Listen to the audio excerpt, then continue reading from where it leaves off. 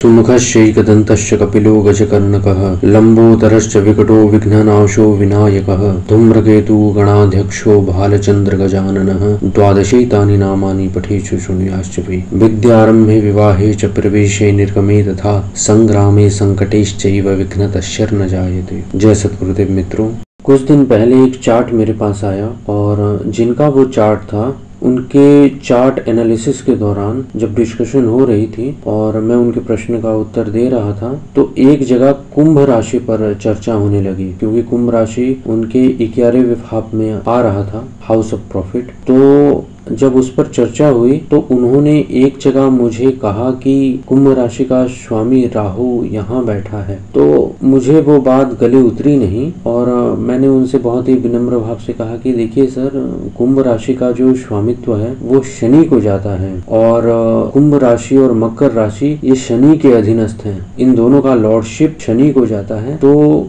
वो एक तरह से हाँ बोले, लेकिन वो पूरी तरीके से शायद ग्रहण नहीं कर पाए। इसका कारण, और मैंने भी उस पर स्ट्रेस इसलिए नहीं दिया क्योंकि चार्ट डिस्कशन हो रही थी, तो मैंने भी उनको पूरी तरीके से समझाने की कोशिश नहीं की और ऐसा बहुत लोगों के साथ होता है। तो आज इस वीडियो में हम जानेंगे कि वैदिक एस्ट्रोलॉजी में राशियों के जो स्वामी हैं वो कौन कौन हैं और राहु और केतु इन दोनों को कौन से राशियों का स्वामित्व दिया गया है या नहीं दिया गया है। तो चलिए वीडियो स्टार्ट करते हैं।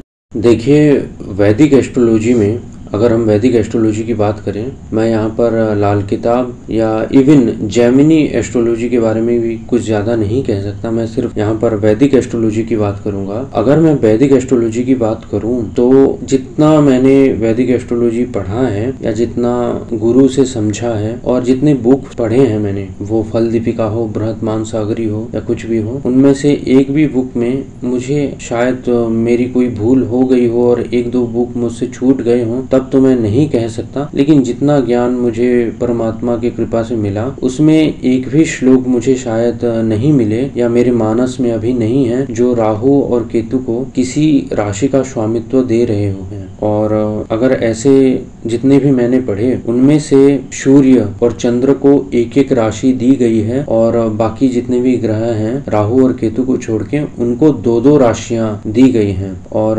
देखिए, अगर मैं आपको समझाने की कोशिश करूं तो सूर्य को सिंह राशि दिया गया है, चंद्र को कर्क राशि दिया गया है क्योंकि चंद्रमा जल तत्व का प्रतीक है, उसे कर्क राशि दिया गया है। मंगल को दो राशियां दी गई हैं, मंगल को दो राशियां दी गई हैं। वृश्चिक का स्वामित्व और मेष का स्वामित्व मंगल को दिया गया है। उसके बाद बुध को मिथुन और कन्या का स्वामित्व दिया गया है, ठीक है। और बुध के बाद आते हैं देवगुरु बृहस्पति को जो है वो धनु राशि का और मीन राशि का, इन दोनों राशियों का स्वामित्व दिया गया है। और शुक्र को तुला और तुला के साथ वृषभ राशि का स्वामित्व दिया गया है। और उसके बाद आखिर में कालराज शनि को कालपुरुष की कुंडली में जो राशियां वितरित की गई हैं वो है मकर राशि और कुंभ राशि। और राहु और केतु को छाया ग्रह के रूप में वैदिक ज्योतिष में कहा गया है कि ये ग्रह जो है ये छाया ग्रह हैं। ये इनका प्रभाव एक राहु को धुएं की तरह लिया गया है और केतु को बहुत जड़वत लिया गया है। यहाँ पर आप सबको समझाने के लिए मैं एक श्लोक कहना चाहूँगा।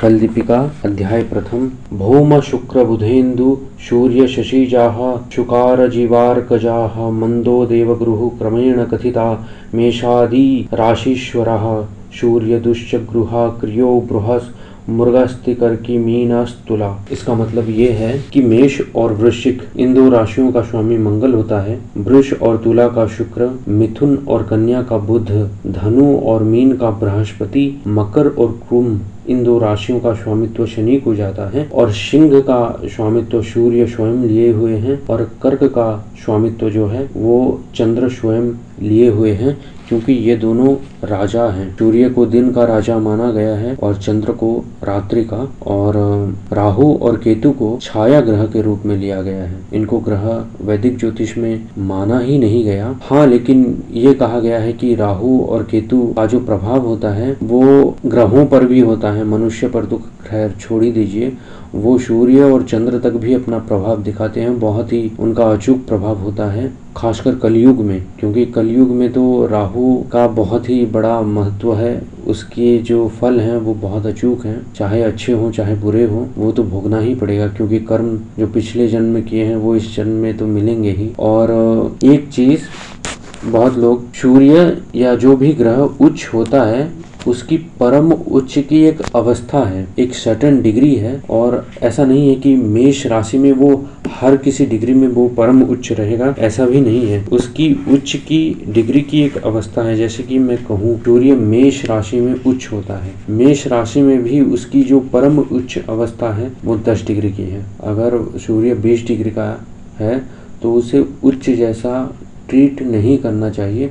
अगर आप उसे फलित में उच्च जैसा ट्रीट करेंगे तो शायद सामने वाले से वैसा आपको रिएक्शन नहीं मिलेगा। तो इस बात का ध्यान रखिए, हर ग्रह की अपनी परमोच्च अवस्था है। जैसे सूर्य मेष में उच्च होते हैं और मेष के ओपोजिट जो डायरेक्शन है या मेष के ओपोजिट में जो आता है वो तुला है, तुला में नीच होते हैं। और ये 10 अंश मेष में उच्च होते हैं और उतने ही अंश तुला में वो नीच होते हैं। हर कोई ग्रह जितने अंश पर वो उच्च होता है उतने ही अंश पर वो नीच भी होता है। आप इस बात का ध्यान रखें। आपकी स्क्रीन पर फ्लैश हो रहे होंगे हर ग्रह की उच्च राशियां और नीच राशियां डिग्रियों के साथ, आप देख सकते हैं। चंद्र वृष में उच्च होते हैं और वृश्चिक में नीच 3 डिग्री पर।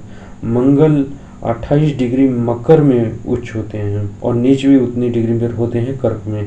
बुध कन्या में उच्च होते हैं 15 डिग्री में और मीन में भी उतनी ही डिग्री पर वो नीच माने गए हैं। बृहस्पति कर्क में उच्च होते हैं 5 डिग्री पर और मकर में भी वो उतनी ही डिग्री पर नीच माने गए हैं। शुक्र मीन में उच्च के होते हैं 27 डिग्री पर और कन्या में भी उतनी ही डिग्री पर नीच माने गए हैं। शनि तुला में उच्च होते हैं 20 डिग्री पर और मेष में वो उतने ही डिग्री पर नीच माने गए हैं। तो आप इन बातों का ध्यान रखिए। और आगे हम जब नए वीडियो में पढ़ेंगे राहु और केतु के बारे में तो आप बहुत अच्छे से शायद क्लियर हो जाएंगे, क्योंकि राहु और केतु का फलित कैसा होता है, वो वास्तव में कहाँ स्थित होते हैं उन ग्रहों के साथ। तो चलिए आगे नए वीडियो के साथ मिलते हैं। आज तक के लिए इतना ही। जय सद्गुरुदेव।